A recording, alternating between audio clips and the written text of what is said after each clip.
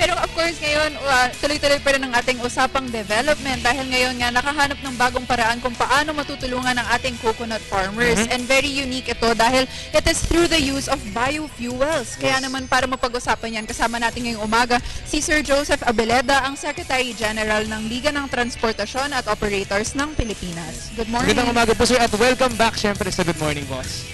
Magandang umaga at mabuti nakabalik ako dito. Sir, ito naman po, biofuels po. Ano po ba itong biofuels na makakatulong kumbaga sa ating mga coconut? In particular, ito yung coconut biodiesel. Ito ngayon, ang ginagamit natin is actually may 2% na yung diesel natin na ginagamit sa market. Mandatory yun dahil lahat ng diesel natin talaga may 2%. Pero ang gobyerno natin sa pamumuno ng Philippine Coconut Authority at saka ng DOE, pinupush nila na makarating tayo dun sa 5%. So, ang tawag natin dyan is coconut biodiesel 5% na blend. Pero sir, ito po siguro para kasi medyo bago po ito sa mga ating mga mamamayan. And siguro ba medyo weary sila sa fact na parang bakit may coconut oil na ilalagay sa kanilang mga makina, hindi po ba makakasira ito? Makakatulong pa po ba ito? Makakatipid po ba sila? Mas malakas yung konsumo? Siyempre napakaraming mga katanungan po sa kanilang utak ngayon. Ang totoo niyan, naglalabas ngayon ng mga public consultancy ang ating gobyerno. Nagsimula na sila sa Davao noong isang linggo. Ngayong linggong ito na ay sa Visayas at sa susunod na linggo ay nandito tayo sa Metro Manila. Ang kagandahan nito, masasagot dito sa mga consultancy ito na talagang yung ating coconut bilang bio component nitong diesel, imbis na siya ay makasama, ito ay mas makakaganda dahil mas mataas yung kanyang tinatawag na oxygen content. That means mas mataas yung combustion nito rate na mas magpapataas nung compression ng ating mga sasakyan na ibig sabihin mas malakas yung makina natin kaya hindi lagay tayo ng ating fuel. So mas makakatipid. Kumbaga konti lang ang kailangan ng fuel as kumbaga yung pagkasunog ng gasolina ay normal na rin kasi At mas mataas. So in effect kung wala yung mga unburned fuel, that means mas maganda pa rin yung emission natin. So hindi mausok yung mga sasakyan. so mas malinis tumakbo kumbaga. Mas ang mangyayari. malinis. Oo. Pero bukod ba sa coconut, ano pa ba yung ginagamit sa paggawa nitong biodiesel? Actually, ang biodiesel sa ibang bansa gumagamit sila ng corn, yung mga soybeans at saka iba pang mga bio component. That means when you call biodiesel, ito yung may bio component. That means may mga halaman na pinanggagalingan ng oil. Pero ang kagandahan kung coconut yung gagamitin dito sa atin sa Pilipinas, tayo yung pangalawa sa pinakamaraming production ng coconut. So kung ito yung ating pinaka-strength, ito dapat yung gamitin ng ating bansa para makawala tayo dun sa tinatawag nating dependency dun sa world market. And so far, yun nga, ini-implement na nga natin yung 2%. So gaano kalaki na ba yung tulong na nagagawa nito para sa ating coconut farmers? Mula nung in-implement yung 2%, may mga naiambag na ito na pagtaas dun sa value ng coconut oil. Hindi dun sa buko, dun sa oil mismo. Ibig sabihin, kung sa 2%, mas naitaas na yung kanilang presyo.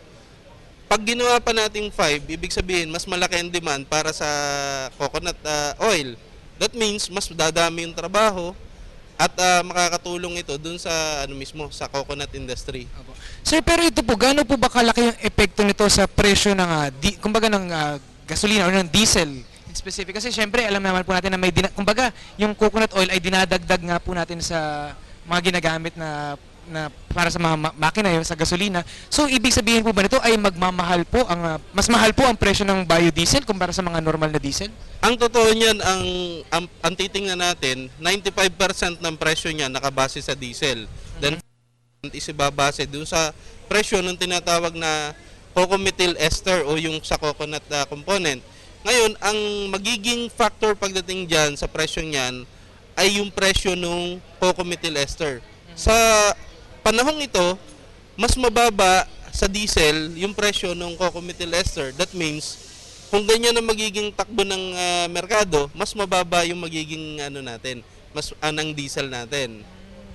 Okay. And sir, ngayon ginagawa nyo na nga yung on-road testing ng 5% na biodiesel. Kamusta naman po ito?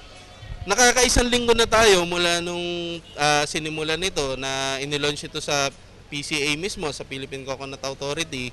At so far naman, ang sabi nung ating mga operators na sumali, meron ng nakitang konting pag-improve, lalo-lalo na sa emission.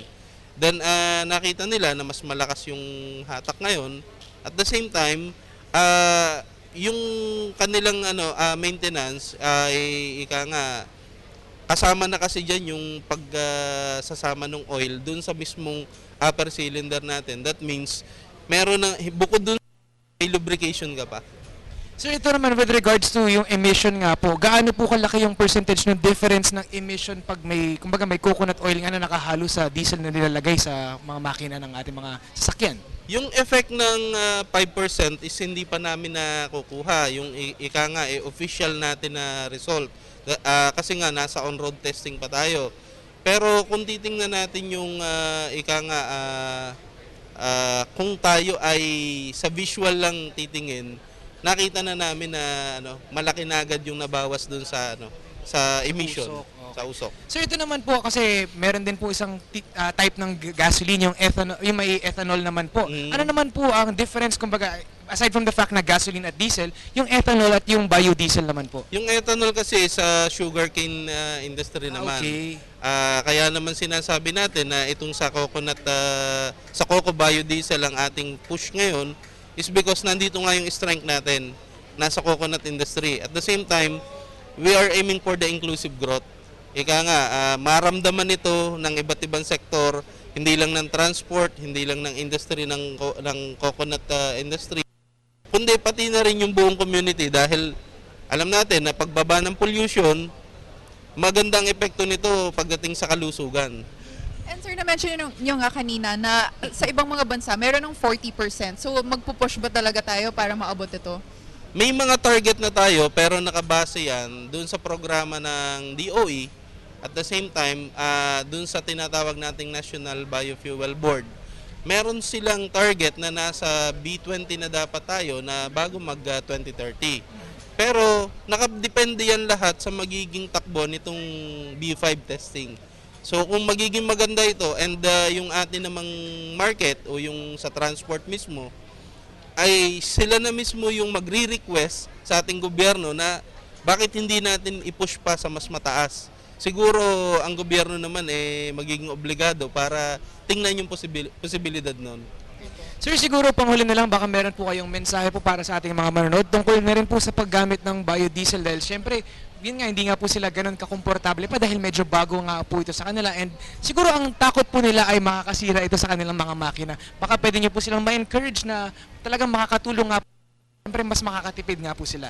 Sa stage po ng ginagawang testing po natin ngayon, ang mas maganda po nito, iwasan po natin na magkaroon muna ng mga speculations dahil unang-una, ang official natin na magiging result manggagaling sa UP and CTS kasi sila yung nagkakandak ng test.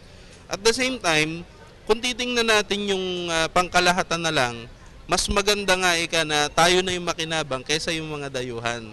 Ngayon, kung pagdating naman sa ating transport sector, mas maging bukas yung kanilang isip pagdating dito sa paggamit nitong ating coco biodiesel. Dahil ito, imbis na mas makasama doon sa kanilang sasakyan, mas makakabuti ito. Okay, maraming salamat po. And good luck na sana talagang maging successful ang inyong testing para tuloy-tuloy na rin yung paggamit natin itong biofuels na ito.